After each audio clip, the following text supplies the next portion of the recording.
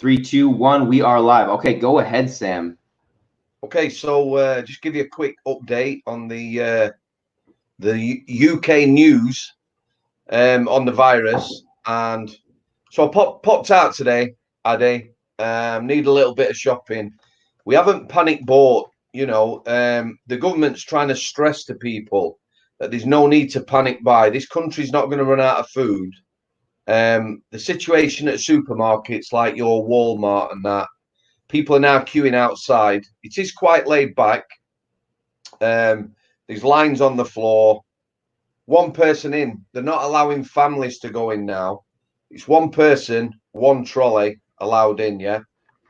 Okay. There are some restrictions on what you can buy, like bulk buying. There's no bulk buying. But there was something of everything pretty much on the shelves, which is a lot better than it were 2 weeks ago. Oh, wow. So people 2 weeks ago panic bought and stuff disappeared. Nothing. Yeah. There was nothing, mate. Wow. For me here, it was literally just ramen noodles and toilet paper. So yeah, you could get noodles. You could lots of other things, normal household things. Yeah, it's like the least nutritious, item you could find in the store was gone. Yeah, and some jarred products, sauces. No pasta, but lots of pasta sauce. Oh wow. Which is pretty, Yeah. But you have to sort of laugh at that, don't you? They are reporting very sadly that there's still probably 30% of all food that's been bought in the last 2 or 3 weeks is getting wasted. People are throwing it away, which is quite sad, isn't it?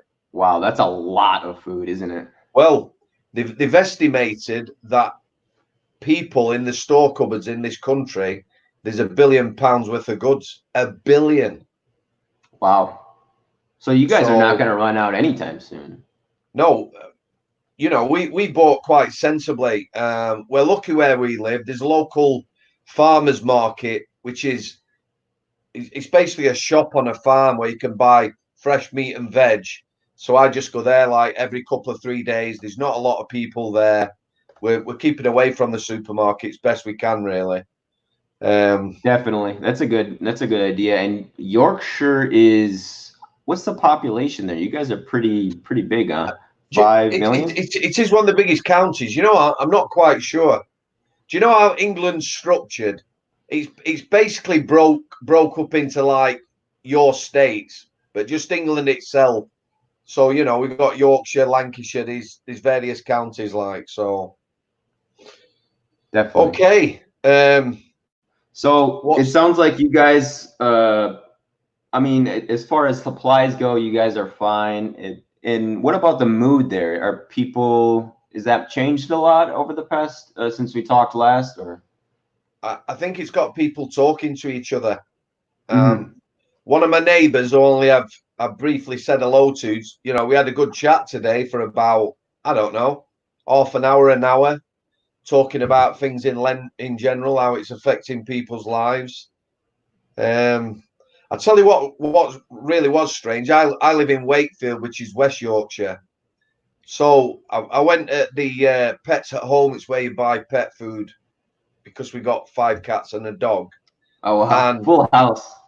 Yeah, full house, mate. Yeah, and me and the dog are at the bottom of the pecking order, trust me. Anyway, what was really strange, there obviously was not a lot of people out because it's sort of in the centre of the town. It was quiet. But something I haven't seen before over here, pretty much everyone was wearing masks. Oh, wow, that's great. That is awesome. Yeah, and that's something that I think, we'll say Western nations are not used to doing. There's almost like a social, like self-consciousness about it. Whereas like in Japan and in Asia, they do this regularly. They just commute, don't they? They wear them for the car pollution and things like that. Yeah, they have to, because the geography there is so much more squished and condensed together population-wise. So they don't really have a choice. So that was a bit strange. It's the first time I've seen that over here. And like I say, there was no big crowds or anything like that. It was you got plenty of room, so that was a bit strange. in the news.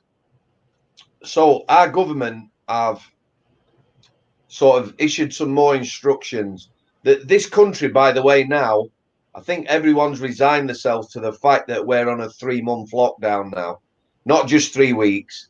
It's going to be at least 3 months. That's what everyone's talking about. So we're talking about midsummer or something like that. So they've said about travel restrictions, although they're not enforceable, what they've said is they don't want people traveling unnecessarily. And one of our police forces, like each county, like I'm in Yorkshire, Yorkshire's split into 4 parts. So you've got North, South, East, West Yorkshire. Yeah? So West Yorkshire has its own police force. One of the police forces, Derbyshire, which is a county in itself, has been heavily criticised.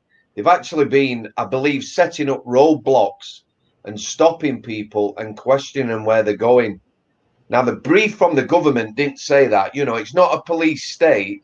These are suggestions, and these powers aren't really enforceable.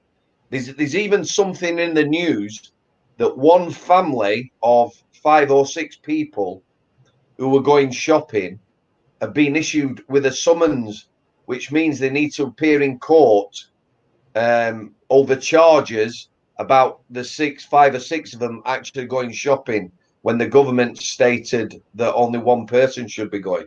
Wow. Which is a bit strange. Yeah, is that to send a message, or are they actually going to process through that? Well, I don't see that going anywhere. I don't see it as a criminal offence. You know, it's very difficult to say. It's a very strange time, and a lot of people are talking about it now on TV. There was also a guy on the radio today. I believe his title was, he used to be Lord Chief Justice. I believe that's it. So he would have been, you know, the police, prison, court system. He would have been at the head of that in his time. So he was a very powerful man and very knowledgeable. And he was questioning this lockdown. You know, he's not in deniability. He's not denying a crisis. But what he's saying is that, yeah, the media's reporting this. And he believes the media itself has almost forced the lockdown, you know, with fear-mongering and negativity. And to the point where the government have thought, well, we need to do something and do something now. What do you think about that? Well, you know, he made me think. I mean, there's definitely people who lose their lives, which is very sad. And, you know, he wasn't about that. He wasn't, how he spoke wasn't heartless or thoughtless. You know, he weren't just dismissing people. But he was saying that, you know, we have flu every year that kills so many people. We don't know how many people it kills. And he was also questioning not the deaths, but what percentage of those deaths was actually the virus. Because like he says, it's affecting people who are really ill. So if someone, bless them, is dying of cancer, and at the end of their life, if they were to catch that virus, it'd finish them. Oh, yeah, what he's saying is the cancer has actually killed them people and not the virus. But that might well get reported as a death due to the virus. You see what I'm saying on percentages? I do. I think that's being really pedantic, though. I mean, if the cancer killed him, I mean, why is he still alive when the virus hit him? You know, like the virus finished him off. So I would say the virus is the thing that killed him. I think it's just questioning. I understand that, yeah, for sure. And I call it the double-edged sword of democracy. That's what I call it. In the fact that in the East, in however you want to call it, however you want to describe or categorize their governments do have more power over their populace than they do over us in the United Kingdom and then in the United States. So getting everybody on the same page is way harder. Definitely. I think what they don't want is, with the police forces and that, they don't want people turning against the police or against each other. It's a difficult job But maybe it's, you know, you need to look at it. If somebody is traveling from their home to a location to walk their dog, and they're not near anyone else, they're not going to affect anyone else. And what you've also got to think of, Addy, and I'm sure this will apply in the States. A lot of people suffer with mental illness. You know, there's depression, anxiety. This whole situation, the fact it's affecting the whole world, will exasperate it. So lots of people now will be sat at home having panic attacks and worrying themselves. Yeah, so I read that child abuse is on the rise, which makes complete sense in the situation. Yeah, they've talked about that domestic violence. You know, people no longer at work, just being at home. That domestic violence is going to get worse. Some kids, like you said, their safe sanctuary is going to school. Yeah, you know, when they're at school, they're safe, they're protected. You know, they might have an horrendous home life, and they might also get fed at school. So that's something else. So these are consequences that people, if you have a normal life like myself, you know, we've got us animals and that, and I've got my daughter, and my missus is still going to work.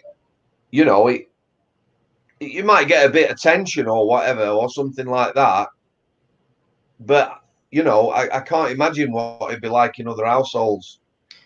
Yeah, and I think that's one thing I think people don't understand either. Is just because you have it great and you have all this space and it's not really a huge issue for you doesn't mean that it's not for other people. But you mentioned mental health issues, and I think that'll segue really nice into talking about your background. And because we did mention last time that you have PTSD, and you talked about depression and anxiety that people are dealing with now. And just speaking for myself, I do take antidepressants, and I do think they really help. Do you take any medication for your PTSD? Because last time you said that you have done talk therapy for about over 2.5 years now, and it's 2016, right? So almost 4 years. Do you take medication? Right.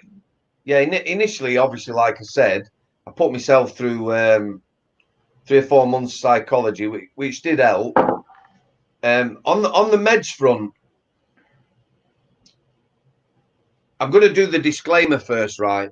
Of course. Obviously, in life, I know people who are on medication and have been on it a long time, and sometimes it becomes a crutch or whatever, and it's very difficult to see life without that. So my own experience is initially, I got injured with a prison service.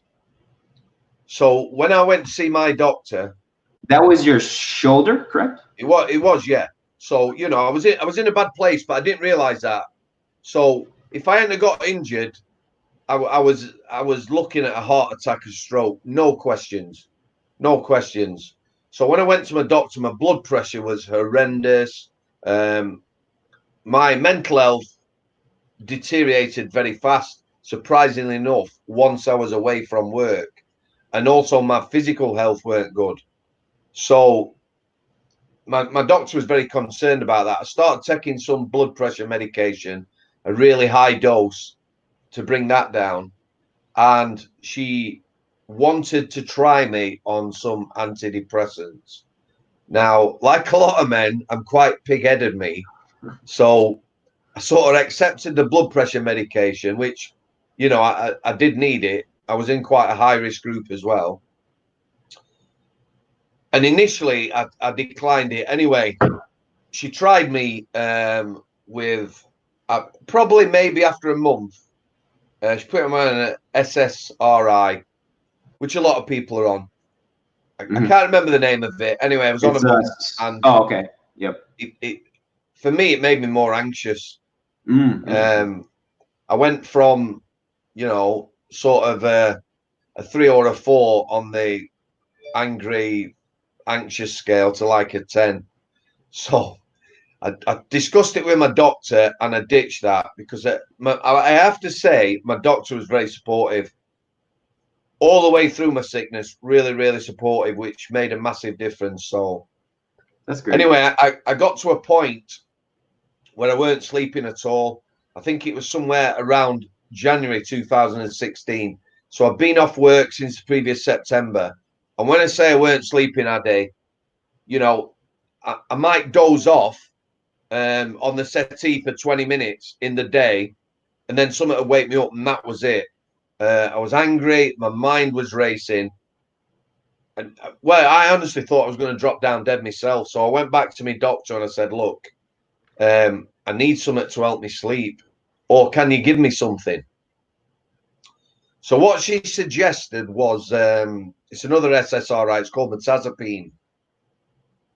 Usually people who are anxious and that, they increase the dose. And once the dose goes up, the side effects of it become less. So she started me on a small dose purely. She said it will help you sleep.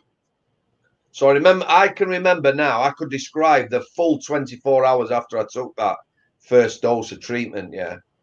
I went out like a light. Wow. I was talking to my missus. I just suddenly said, I've got to go to bed. I woke up 6 o'clock next day, took the dog out. I felt terrible. I really felt awful. I felt like we're floating, trippy. You know, it was like, I've never really taken many drugs in my life. You know, I used to smoke a bit of weed when it was weed, grass, a herb, 30 years ago. So I didn't feel good on it. However, I had some sleep. So I took that for 2 weeks and I was getting sleep, but I did not like the effects. So I went back to my doctor and I sacked it. I just said, look, you know, oh, I forgot to tell you. So you asked me whether it was on drugs. Although I couldn't use the gym because I injured my shoulder, I was going to the gym and doing everything else. So I would work one half of my body. I was going every day, Addy. I got a bit addicted to it. My missus, you know, she kicked me out of the house at 8:30, said, you need to go to the gym. I was so angry. And I'd come out of the gym, I'd be physically sick, sit in my car crying, you know, emotional outburst, and then I'd go home and away you go. But after this 2 weeks, I didn't tell my missus. I decided to bin the blood pressure medication as well. Myself, in my head, and I know this is not a sensible thing to do. I'm not telling people. I was also on a statin, you know, for your cholesterol. Is that a blood thinner? I don't know. Okay, I'll look it up. Continue, please. Yeah. So I was on a statin and I don't think that was making me feel well. So I am not advocating anyone not taking meds. Just in my mind, myself, I thought, you know, while ever I'm on blood pressure medication or whatever, you know, it's not making me feel safe or healthy, but without it, you know, I've got to do something to make myself healthy. So I binned all my tablets. So it did work out for you then, the taking medication, because I know everybody, you know, everybody's different. When it comes to that. Do you know the thing where, Addy? The first time I took the metazapine, after 2 weeks, I was sleeping, yeah, which is what I needed. However, I remembered the first day I took it and I thought, how can your body react so badly and you can feel so bad, and 2 weeks later, you feel like you do now? So for me, so what I did then, I binned all my meds. I got out walking with the dog a couple of times a day. I had a neighbour. This is another thing, Addy, that I never mentioned. When I said I had continued therapy, my neighbour, he was an ex-squaddy. You know that word now, don't you? He's an ex-soldier. Yes, sir. So he'd had some bad life experiences. He lived 2 doors from me. So every day for the next 3 or 4 years, I'd knock on. We'd take the dogs out 4 times a day for half an hour. During that time, we talk about prison. We talk about his life as a squaddy, politics, and putting the world right. And after a couple of years, you know, I said to him, you know, having seen some of the bad things he'd been through as a soldier, did you never think about going therapy? And he says, this is my therapy. he says, we've been having therapy for the last 2 years. You know, I've talked to you about things I've never talked about and how they affected me. So that's helping me. That's awesome. So for people, if I had money, Addy, I'd tell you what I'd do, mate. Where I live now, I'd buy a little 2-bedroomed house. I'd get volunteers, you know, so people could drop in during the day, people who have anxiety or just want to talk or get away from things. And I'd just chat to people all day. You know, you don't need to go and see a professional. You don't need to see a counselor. You just have to feel comfortable with someone, and away you go, and it starts flowing. So yeah, and I think it really helps too when people are talking to someone who is maybe not a perfect third party and completely neutral, but maybe someone who's not in your everyday life, or you don't see 6 days a week like your wife or your siblings. Well, exactly. You're not involved, are you? You know, I've always been a people person anyway. I get on well with people. I can empathize. Before we finish, just remind me about the good news, because we ought to have a little bit of, you know, something cheerful every day. Anyway, you know, and that's what I do. And if I got millions, I'd have a little house in Sheffield, and I'd have one somewhere else. You know, just so people could come. No pressure, no professionals. Just have a brew and sit down and talk, and maybe just get away from the life for an hour, because that's what people sometimes need.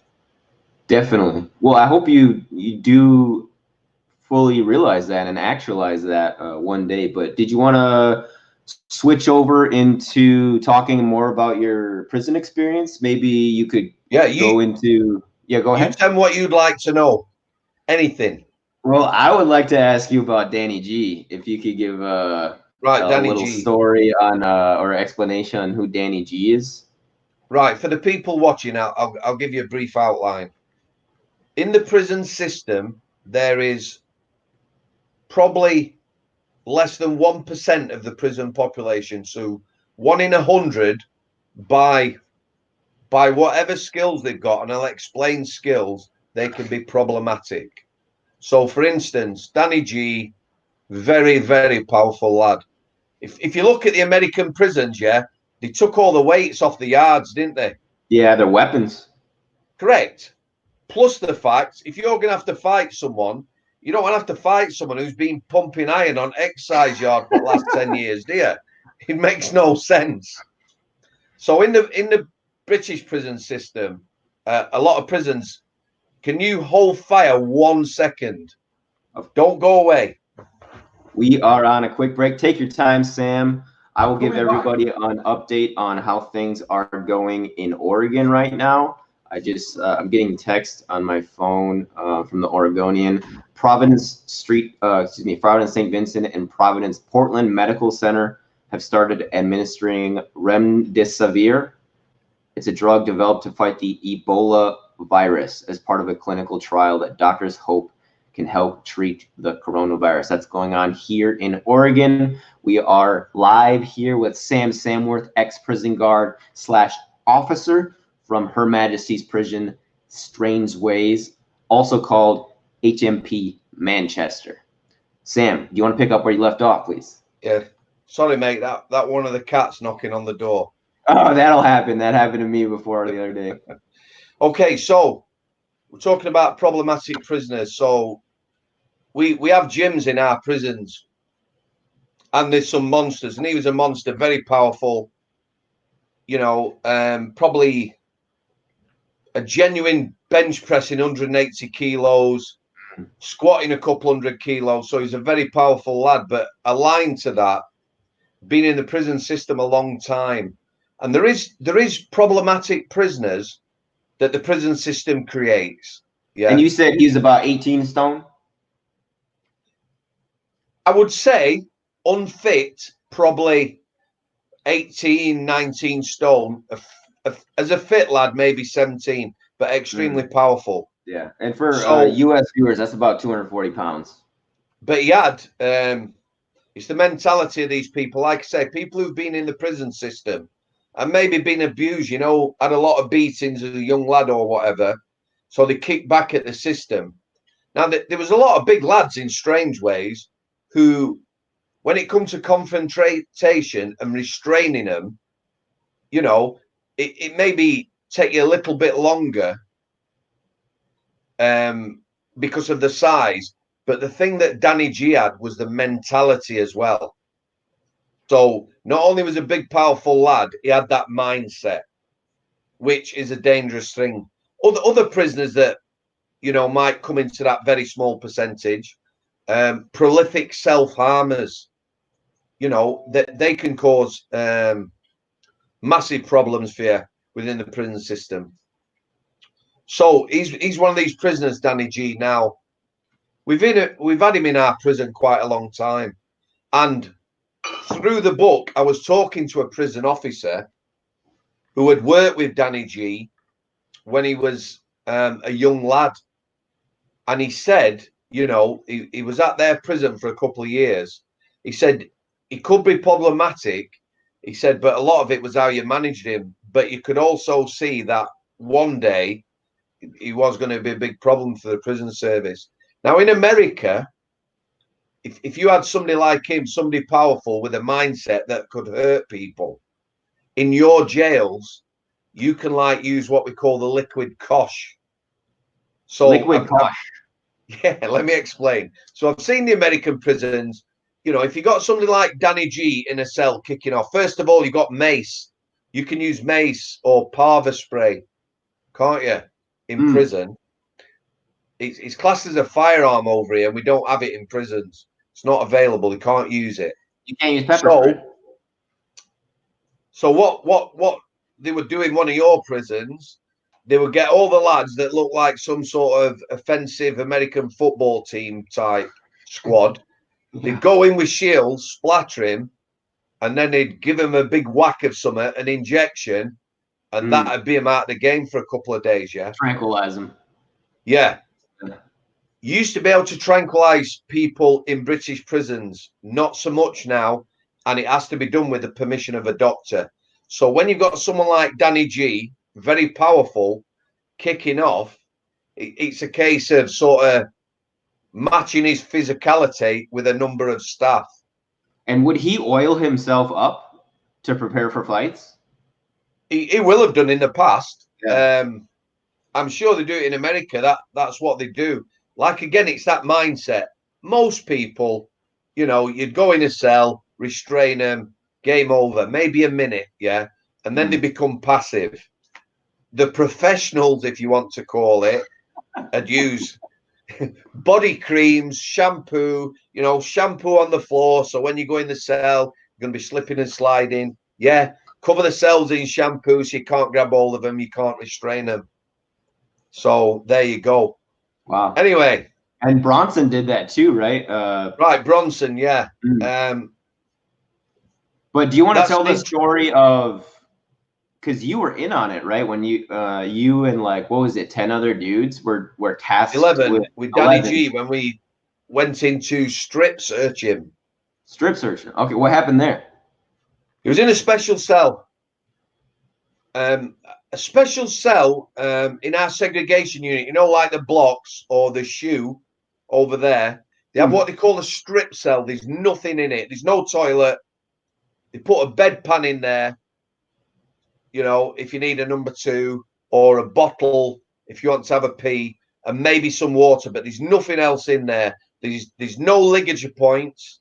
There's nothing they can harm themselves with other than smashing the cells off the walls. So ligature is something you can use to strangle yourself, for people that don't know what a ligature is. Yeah. Well, they usually have in there anti-ligature blankets, which is a really thick blanket. They're almost indestructible. You certainly won't be able to tie it around your neck. Oh, wow. So he's in this cell. So I get a phone call. I was part of the tornado team at Strangeways. So each individual prison has to have so many officers or guards or cops trained to deal with riots. You know, usually volunteer. Everyone likes that. A bit of extra training. You get all your kit on, your helmet, your shields or whatever, and away you go. Every prison officers do that training because it gives you confidence. So I got called in as part of a team of 12 officers. These are all male officers. Now, these are volunteers, Addy. That's very important.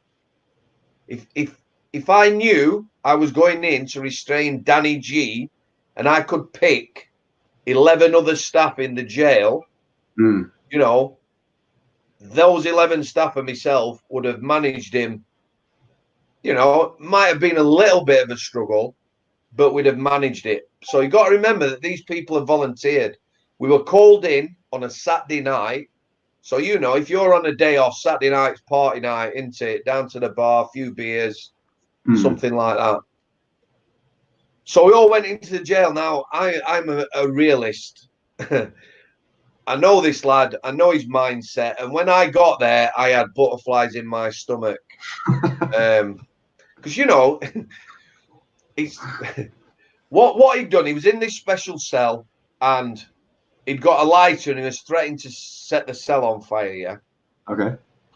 So they called us guys in, 12 of us. We got kitted up. That's full gear, helmets with visors, arm pads, elbow pads, shin pads, gloves, big boots, the whole 9 yards. And it was a very, shall I say, jovial gathering.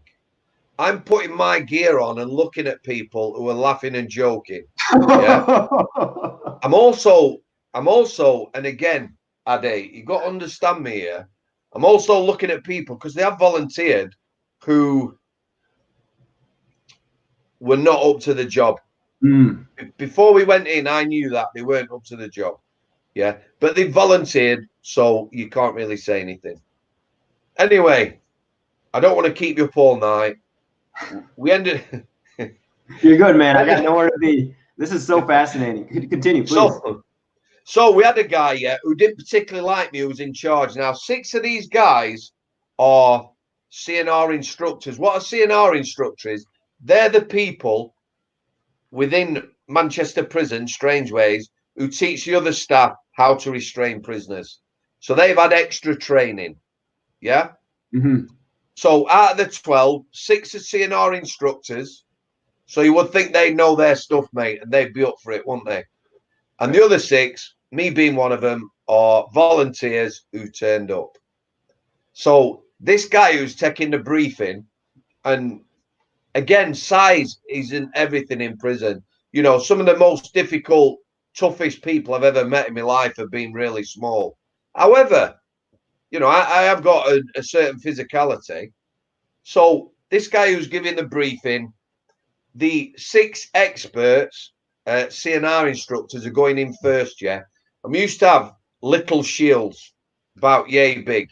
So they're going in single file. So one at the front with a shield, one behind, hands on shoulder, hands on shoulder. I have said this before, like the human centipede. Right. As it. Have you seen that movie? No, sir, and I will not. Good lad. I've only seen very small bits, and let me tell you, you're doing the right thing. So these guys are going in single file, 6 of them with 2 shields. The other 6 lads, me being one of them, hands on their shoulders. So we're in one long line, yeah? The guy who's give the briefing looks at me, because there was a lot of debris in this cell, and says, "You're taking the brushing." So he was trying to insult me. What he said was, the other 11 were going to deal with Danny G, and I could sweep the cell up, yeah? Okay, I got you. We didn't get on, but, you know, I thought, yeah, okay, he wanted you to be the equipment manager. Yeah, something like that.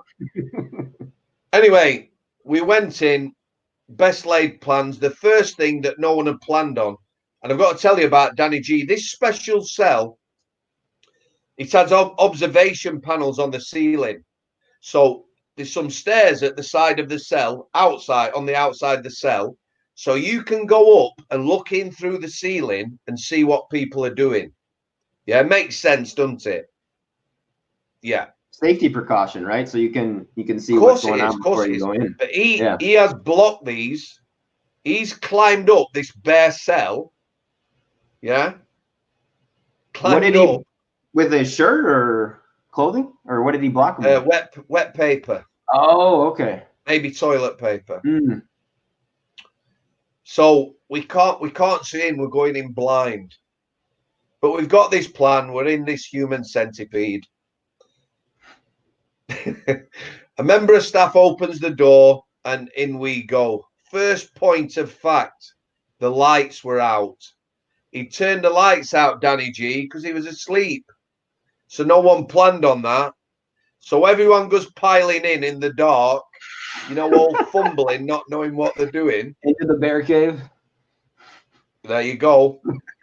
The other thing was on the bed head, he was laid the wrong way. So these 11 staff dives on him, yeah, 6 or 7 of them on his upper body, or so they thought. The others on the legs, and there's me with my brush. So bringing up the rear. Yeah. So the light comes on. I start sweeping the debris. However, it became very apparent that 11 wasn't enough because he was trying to get up. So he was laid upside down. He was laid the wrong way around. So I ended up with another lad, another Yorkshireman. So that's 2 of us in there. So that's good stuff in it because we're made of sterner stuff in Yorkshire. Yeah. We ends up looking him in the face. Now, I've got to tell you, we've got helmets on and these uniforms. We also had balaclavas on, so you can only see our eyes. So we're looking down at him and he looks up, and we won't use the profanities, but basically he says, you dirty whatevers coming in when I'm asleep. He says, you're having it. So at this point, give a little giggle me because the nerves are kicking in now. It's game time. And then what happened, as a youngster, Addy, have you ever been anywhere and with your friends and something's happened and you've all ran off? Oh, yeah, of course. And you're all trying to fight to get to the front because nobody wants to be at the back. Right? It's like you don't have to outrun the bear. You just have to outrun your friend who's outrunning the bear. I like that. I've never heard that. I like that. Yeah, that's a good analogy. Anyway, so everyone tries to get out of the cell. People panicked. We were almost out of the cell. Me and the other Yorkshire guy just going out. He grabbed an officer who was as big as me by his belt and he pulled him back in. Oh, gosh. Now, you know, when you see the cartoons when somebody's running past the big bear or something and it grabs them and the legs carry on going, that's what it was like, Addy. So he's dragged this guy back in. So we have to go back in. So we wrestle the officer off him, and then there's 4 of us. There's the other Yorkshire lad and 2 other lads in the cell, and it now, you know, it's become a bit of a stand-up fight now. Admittedly, you know, we have got helmets on and pads and gloves, but, you know, it still weren't a good place to be with this guy because now he's really pissed. Anyway, bit of a stand-up fight. The other Yorkshire lad caught him with one on the chin. He went down. We were on him like a pack of wolves. Very briefly, this is self-preservation. I mean, on him, bam, bam, bam, bam, bam. You know, maybe 10, 15 seconds, up, backed off, cell door shut, we're out of the cell. Woo. Yeah? The other 8 guys, mate, were nowhere to be found. Yeah. They're in a room, them, already getting their kit off. Bear in mind, we might have to go back in that cell. So there was a lot of bad words, a lot of bad feeling. I could imagine, only imagine. But what I forgot to tell you was, the CNR instructors, you know, the 6 guys that trained everyone else, our helmets, advisors that came down fixed, they had goggles on. You know, like your SWAT? They look like SWAT uniforms, German helmets with goggles. Danny G had a pair of goggles. He'd captured one. So he's now in the cell with the goggles on, dancing up and down, you know. So one of the managers says to me, "Come with me." So there's a little thing where you can see through the door. So he says, "Danny, give me the goggles." So he says, bear in mind he had a lighter that we were supposed to be taking off him. "Give me some burn." That's tobacco. Burn. So what you have to think now is, we've been in the cell. He's had a bit of an hiding. You know, you de-escalate, or do you get your team kitted back up? 8 of whom are not interested in going back in. So, you know, bit of banter between the manager, myself, and him. He gave him some burn. He handed the goggles over, and that was the end of the night. But that incident sums the prison service up. There's lots of people doing the job who are good prison officers, but contrary to popular belief, they're not all big lads and they're not all fighters. And there's also a lot of female staff who are really good officers as well. You know, you've got a mix. If you were to look at your family, you know, uncles, aunties, friends, neighbours, any one of them could be a prison officer. So there you go. Yeah, I never knew that, and it's interesting you say that, because I think most people don't think of prison officers that way. I think most people think of prison guards and people who work in the prison, regardless of what they do, as someone who looks like you, Sam. You know, a big bald guy. Unfortunately, it's very cliched, isn't it? Yeah. Everyone thinks they do look like me, 6 foot 18 stone with a bald head. Yeah, but that's but not the case. Yeah. That's not the case. So if you guys did have that all-star team of you and, you know, basically, you know, 10, 11 other guys who are about your size or fighters, you know, as you said, the psychological is more important. Oh, technique. Okay. Yeah. Like, yeah. And I've been, like, last year, I was doing a lot of reading about, like, jujitsu, and I did like 6 weeks of training with Marines when I was in Japan. And that is very much, it uses like leverage and angles and geometry. So smaller people can outmaneuver and defeat larger opponents. This is the thing. When you taught CNR, control and restraint, it's basically locks, wrist locks, arm locks, standing or laying. It's like bits from martial arts, bits from jiu-jitsu. But the thing is, a normal prisoner, most normal prisoners, 3 staff would go in to restrain a prisoner. One would protect the head, you know. So if I went in, I might end up with a head. You're protecting the head, you know, so they're not banging it on anything. And the other 2 lads or lasses would take an arm each and put them in locks. So it's very coordinated. You know, if I was on an arm, I'd be concentrating on what I was doing. Right. Usually you take them to the floor because it's easier. And most of the time, be on the floor, maybe 30 seconds, bit of a wrestle, into arm locks, head protected. That's it, game over. Most prisoners at that point would stop struggling. And it's safer. You know, 30 years ago, with like your Bronson, who was a street fighter, you might send your 6 biggest cops guards in there. You might knock teeth out and break noses, you know, in order to try and... So it's gone away from that. It is a safe system of practice. A lot more clinical, a lot more defensive instead of offensive in terms of controlling and restraining out of control people. Correct. Yeah, and just related to that too, I watch this guy on YouTube sometimes, the Lion Whisperer. And so he's like an expert on lions, and he talks about the psychology of the lions because he spends so much time with them. And the dominant lioness is actually the smallest lioness, which is kind of funny. And he said that she is even more dominant than the male lions. Although if they lose their patience, they just use their sheer size to push her out of the way. But yeah, but I thought that was interesting how an expert in animal dynamics, like, you know, a very social animal such as lions, would say that, you know, basically the dominance has way more to do with psychology than the the physical part of it. But once you combine the two, like you do with a Bronson or with a Danny G, then that's just, you know, like you said, that's the 1%. Someone who's not only physically gifted, but psychologically extremely dominant and, out of control as well. Of course, somebody who has that mindset.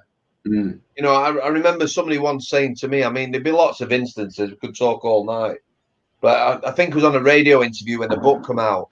And the guy was a really good interviewer. He let me speak, let me say my bit. He said, okay, last one. Who's the toughest guy you've had to deal with? So, okay, have a think. I didn't say Danny G. Okay. Toughest guy, 5'7", 10.5 stone, mentally unwell, 30 staff to restrain him. Whoa. Do you have time to tell this story now, Sam? Yeah. I've got about 20 minutes. Okay. Yeah, if you think that's enough time. Yeah, I'll tell you what, we could have a night just talking about mental health in prison because it is a really, really sad place. Oh, yeah, definitely. Oh, yeah, sure. You know, we'll have another chat about that. No doubt. I'll tell you about one guy, though. We can talk about my friend Ptsd Watson, too, when we do that. But yeah, definitely. I've seen. Is that your friend? Yeah, he's... So how did you hook up with him?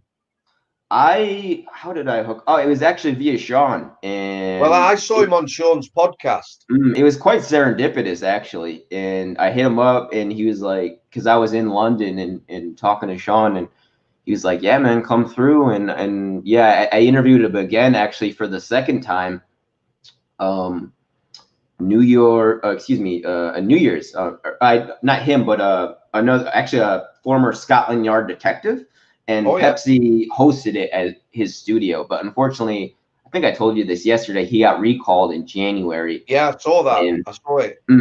Yeah, so I've been just in correspondence with him and doing letters and stuff. But yeah, just in terms of the mental health thing, we can definitely touch on him. And if people want to check out his channel too, I'll definitely put that in the YouTube description box, as well as my Ptsd Watson videos. I talk about what he's relaying to me in letters and his words of encouragement for people, which is great because a lot of people are in contact with him. And I think it's very important because a lot of these prisoners just don't really have anyone, you know?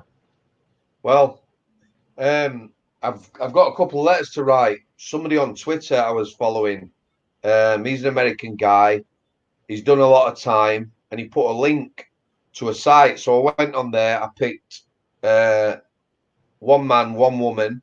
The guy's doing life, and the woman's got about, I think, another 15 years. So I'm going to send. I chatted to him, you know, via private messages. So I'm going to write to them two people because I said, if I write from England, will they be able to write back or whatever? And he says, yeah, you know, they get facilities so they can write to people. So I figured that'd be doing my little bit. They're both in the States? Yeah, they're both in the States. I thought that'd be doing my bit, like, so. Yeah, that's awesome, definitely. And if they have contact info too that you want to share, if anyone wants to get in touch with them, I can definitely share that in the box too. Just let me know. What? I'll get back to the guy. Yeah. You said 10.5 stone? Link. Say that again, mate. Oh, no, I interrupted you. Go ahead, Sam. No, it's okay. If I get back to the guy and get the link, would you put the link up? Because all I did, I asked him about it, clicked on, took me through to a few people. I mean, to be fair, I think some of them are looking for love or something. However, you know, I picked a guy. It's all right, Stevie. I picked a guy, like I say, who's doing 30 years, and the lassie's doing like 15 years. So yeah, definitely. Just looking for pen friends. Yeah, for sure. And I think this is the perfect time to do it too, because everyone has, you know, is in pretty much the same position, more or less. Write a letter every day, no problem, couldn't I? It's not like there's lots of things going on, so. Right, definitely. I will definitely add that in the description, Sam. Just give me the links and I can do it. We'll chat after. Did you want to get to the other dude who was a problem for you? Or well, yeah. Well, we'll have 5 minutes on him. then I'll have to call time. But we'll definitely tell you what. Let's save it then, so people get the full story with all the details. We'll do that let's do tomorrow if you have time to chat tomorrow. Full show on mental health, eh? Definitely, yeah. So tomorrow we'll be talking about mental health. Can we finish on a positive note? Yes, of course, Sam. Go for it. Right. So my missus works in. She's a carer. She works in a dementia home. So the people are pretty much all over 70. There's one old lady who's 100. She's been there 15 years. She's got no family or anyone who visits her. So you know, it's when she talks about her work and that. I sometimes find it quite upsetting, you know, because these people, most of the time, they don't know where they are or whatever, but they do recognize things, and occasionally, you know, for small periods, they'll recognize relatives. Anyway, she phoned me today. So one of our local stores, Morrison's, so just like a Walmart, yeah, they've gone to the home, and they don't have produce from these people. They've gone to the home, they've gone in. They've taken buns and cakes for the old people and the staff. They've taken flowers in. They've stocked the kitchens. This is all for free. And they've sort of thanked all the staff for the work they do as well. And given everyone Easter cards. Wow. So what we're finding is that, you know, these good things are starting to happen. Yeah. I found it very touching. That's awesome, Sam. Yeah, it seems that you are hearing more and more stories of people coming together in a crisis like this, which I think is good. And I think it was confusing too, because I think people didn't actually know how big of a crisis it actually was. But I do think everybody's waking up to it, and then I hope we can continue this trend of, I guess, coming together and helping each other out and helping out the weak among us. Be nice. Too much negativity, mate. I agree, Sam. Sam, thanks so much for your time today. I hope you enjoy the rest of your evening. Looks like you got a beautiful sunset to enjoy. It's been a lovely day. Awesome. So again, we will be alive tomorrow, barring any sort of huge dramatic changes in world politics or our schedules, which neither of us foresee happening. We will be talking about mental health tomorrow, in prison and out of prison. I can talk more about Ptsd Watson and his story, and Sam will share the awesome story of the 150-pounder who took 30 people to take him down. Until tomorrow, Sam, really enjoyed talking with you, and have a great evening. Stay healthy, mate. Stay healthy. Cheers, brother. See you later, mate.